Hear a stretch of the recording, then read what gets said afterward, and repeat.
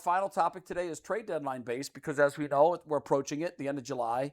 Gosh, it's interesting how one game can sort of change your perspective. We still have to remember that they looked pretty bad against Pittsburgh.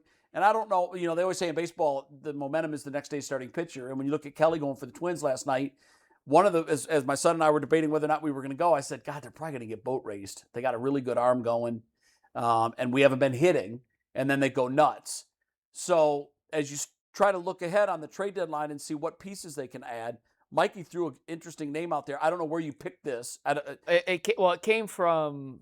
Are the Mets going to sell to that degree? The Mets have put out a report. Yeah. Or the Mets have said, and this is multiple reports, that everyone is on the table, and you can see this came from Chelsea Janes. Everyone is on the table except Juan Soto, Nolan McClain, Carson Bench, who's their top hitting prospect, A.J. Ewing, and Christian Scott. A name you don't see on that list. Yeah, that's stunning. It's Francisco Lindor, Jay. Yeah. A guy who is a former Indian. If the Mets would take the bulk of his salary, which they won't. Are you sure about that? I just can't imagine it. It's too big. I can't imagine it. So you're paying on a horse that's not running. And I don't know. I'll read you his numbers. You see his numbers right there. He's been bad this year. He's only played in 44 games. Yes. Because of injury. But Brian Rocchio has played in 98 games. Mm-hmm. His OPS is 740. Rocchio's 50 points higher than the guy that Cleveland let walk. He's got 9 home runs and 46 RBI. Frankie has 6 and 16. Now, if you double Frankie's games, those numbers would be 12 and 32 if it extrapolated out the same way. And Rocchio's at 9 and 46, so a few fewer home runs and a lot more RBI for Frankie. For Rocchio. I'm good, man. I'm good. I like Brian Rocchio. I don't want anything to change with him. I know you could probably get something for him, but I'm okay. And I love Frankie, and I loved him when he was here, but he's not been the same guy. How much is he making? A lot. Over 40 million, I think. Will you read the question I had for Jay in my notes for today's show? Will you read this to Jay? Yeah. Who would you not go over? No, it's the highlighted part at the very bottom. Okay. Very bottom. Okay.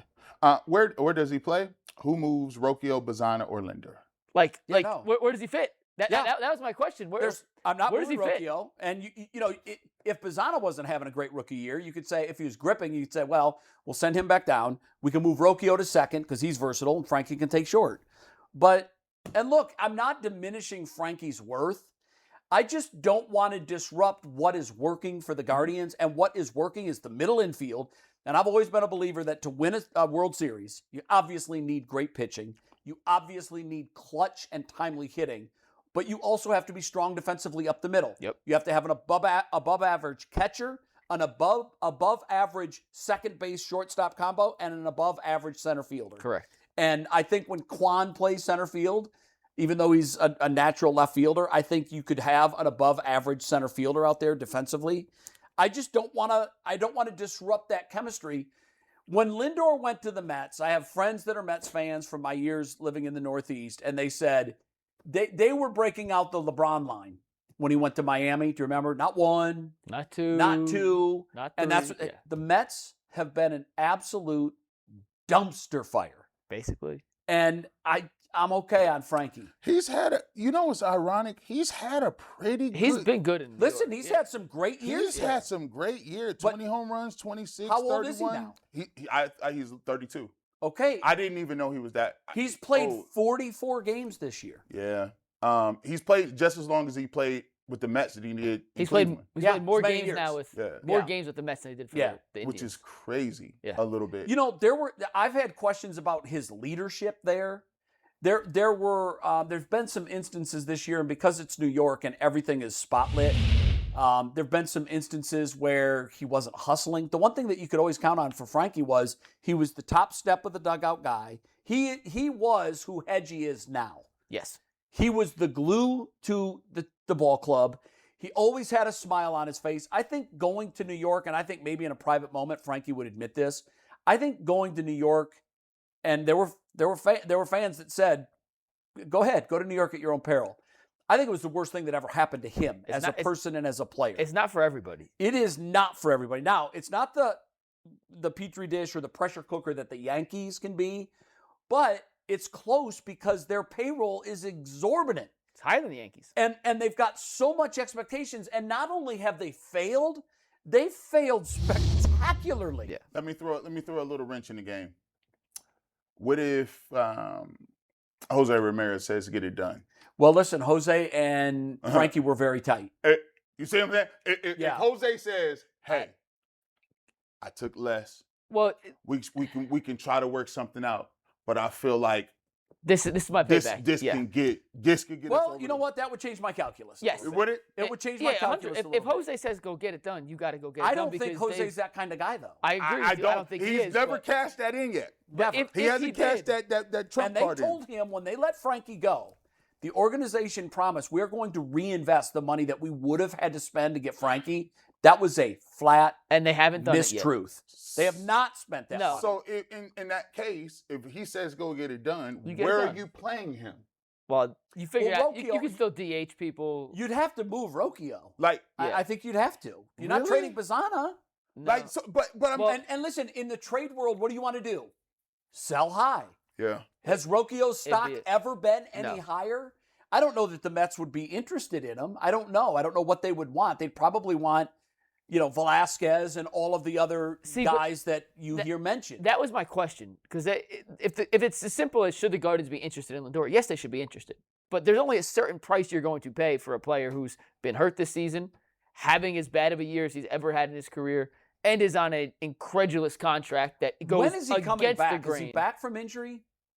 I Frankie, I don't know that he's back. think he's playing, right? Yeah. Okay, I so remember he is seeing. back from injury. Don't quote me on that, but I saw a SportsCenter highlight the other day where he Okay. hit a home run. But my point is, if the Mets say, all right, well, we're willing to eat 80% of his salary, Well, but that's going to take more prospect, like the amount of salary they're willing to eat versus the level of Sure, they're prospects gonna have that to you're. give Got you. There's got to be a balance here. I don't know what the balance is. I don't know farm systems well enough. Velasquez and I would don't have know. to be part of that deal. You think so? Then, Yeah, then I it's don't off the think table. I don't think the Mets are going to I've been Team Ralph. agree to pay 80% of his salary to go away. You need a major haul in return for that. What do you think the most salary they'd be willing to eat is? I have no idea. Their owner throws money around like it's water. Well, that's And- why I think it's possible as opposed to if he was on another team. Yeah, it depends on what his pain threshold is. I can only imagine his embarrassment. This is buying a Mercedes, and it blew a motor when you were pulling it out of the lot. Basically, That's yeah. what the New York Mets Yeah. have become. You are spending the absolute most amount of money that you can spend on a baseball team, and your return on investment is embarrassing, and that always reflects back on the buyer.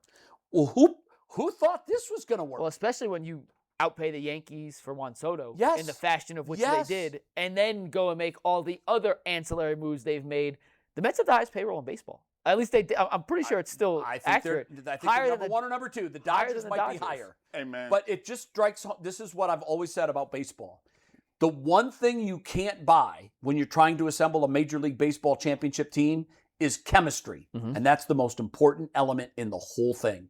We've seen the Guardians overachieve because of chemistry. We have seen teams that lack it woefully underachieve, and that's the Mets this year. And Frankie's a part of that. Yeah. I can't explain it. Let me find out. Baseball is just luck. A lot of Like it I is. like if I look at it, if I was a computer, I would say baseball is a series of individual people who string together success or Failure. failure.